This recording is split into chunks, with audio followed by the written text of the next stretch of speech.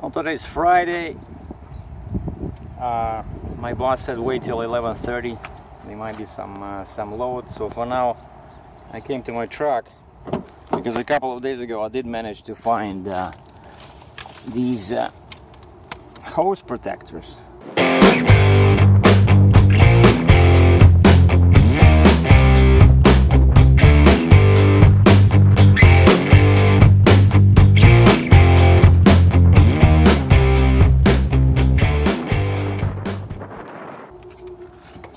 But the biggest one they had was this one I'm holding in my right hand.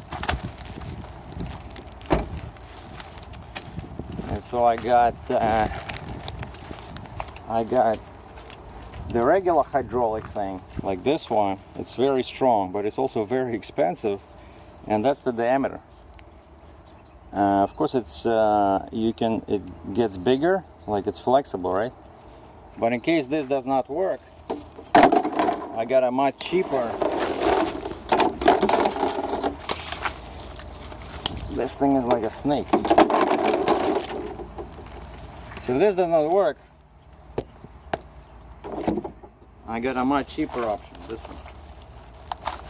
This is 1 inch, so I can put it separately on each hose. But for now, I'm just curious to see how this will work. This big one will work. Because the area I'm concerned about is this one. Over here. See, it's also sharp in here.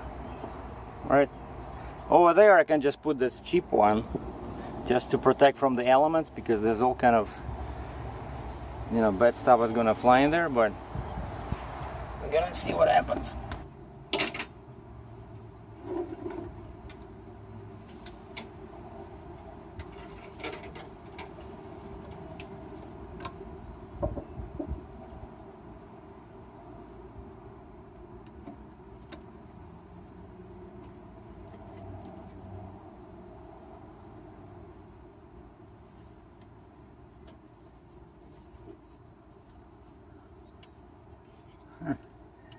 The end here is very sharp.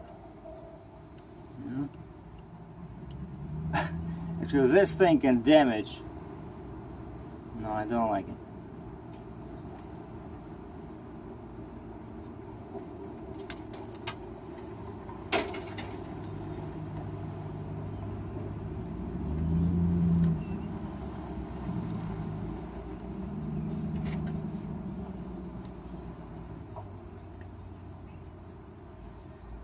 Maybe it will work.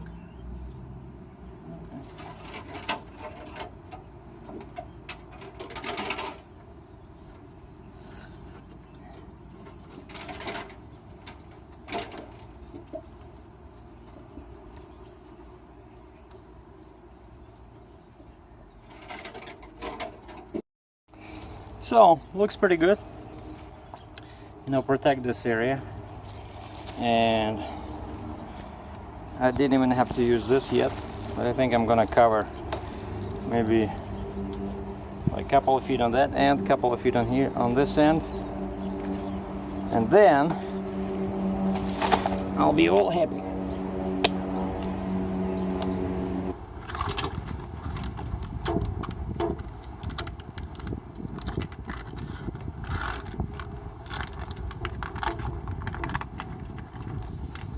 This little exercise reminds me of something, but I cannot place it.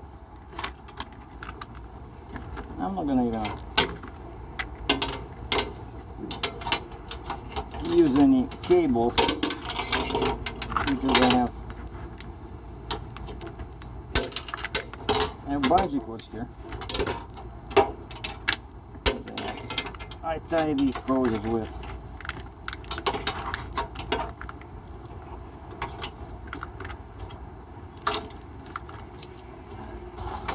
Okay, this is what it looks like now.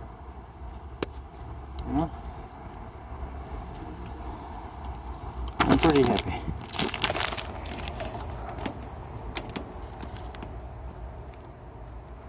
All right. It's getting so hot.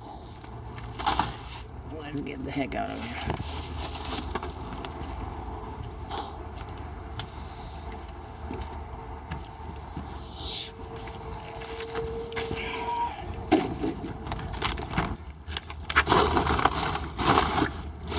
Throw it in here for now.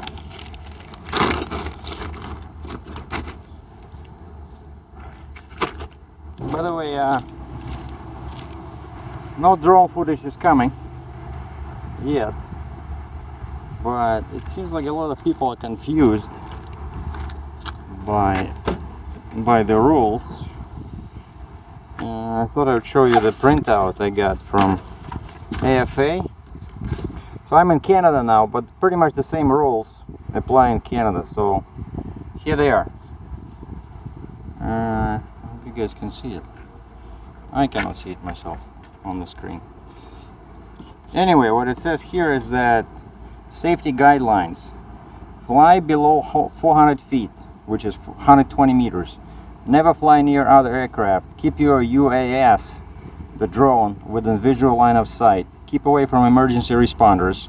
Never fly over stadiums, sports events, or groups of people. Groups of people. So if there's a single person, especially if that guy is a freight broker, see, these rules, they don't care. Never fly under the influence of drugs or alcohol, and never fly within 5 miles of an airport without first contacting air traffic control and airport authorities. And those are the rules. So I'm trying my best to do everything by the book, okay? So don't give me any hard time. Well, time now is 27 minutes after 12. And what's happening here is that I need to go to Buffalo. I didn't get a load today, and instead I got an automated call from a Twig office. I think it's called Identigo. Identigo is like a third-party company that deals with Twig applications. And I applied in Buffalo a while ago, and because they don't ship to Canada, I found the nearest one, the nearest location, and that's Cheektowaga, Buffalo. I went to Starbucks, waited till my battery is full on the drone. I'm taking my drone with me because on the way back I might have a chance to do some nice footage over the lake, Ontario Lake, like with the boats. But we'll see. The drone is ready to go, everything is cool, and from here it's about 100 miles to the border, 165, 170 kilometers.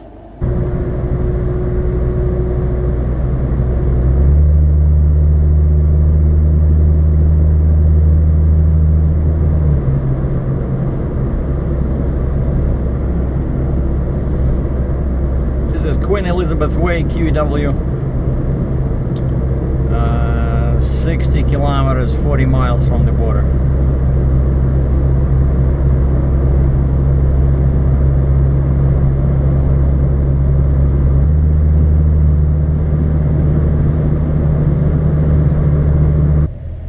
Well, I made it to the bridge. The traffic was pretty bad on QEW. Now this is the, what is it called? Peace Bridge.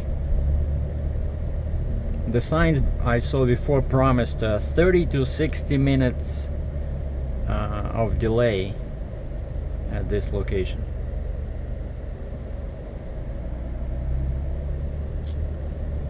And the place where I'm going, Cheektowaga, is only 19 kilometers, just over 10 miles from the bridge. So I'm gonna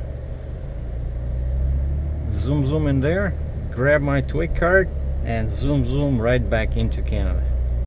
Got the Twig having a brunch at the International House of Pancakes. I love these crepes. Well, that's it. I got my Twig card. Stop at International House of Pancakes. I cannot miss that one. I really love those crepes. And now I'm driving back over the bridge back into Canada. The traffic is brutal, and I gotta watch for these trucks on my right because, you know, they're turning, so the rear might swing into me. Well, this is Ramada Inn over here, and over there they have a marina, and a friend of mine says I can fly a drone in here. He was supposed to meet me here, but I guess something happened and he didn't show up, so I'm on my way back from Buffalo. And I went, took my camera, took some pictures of the boats.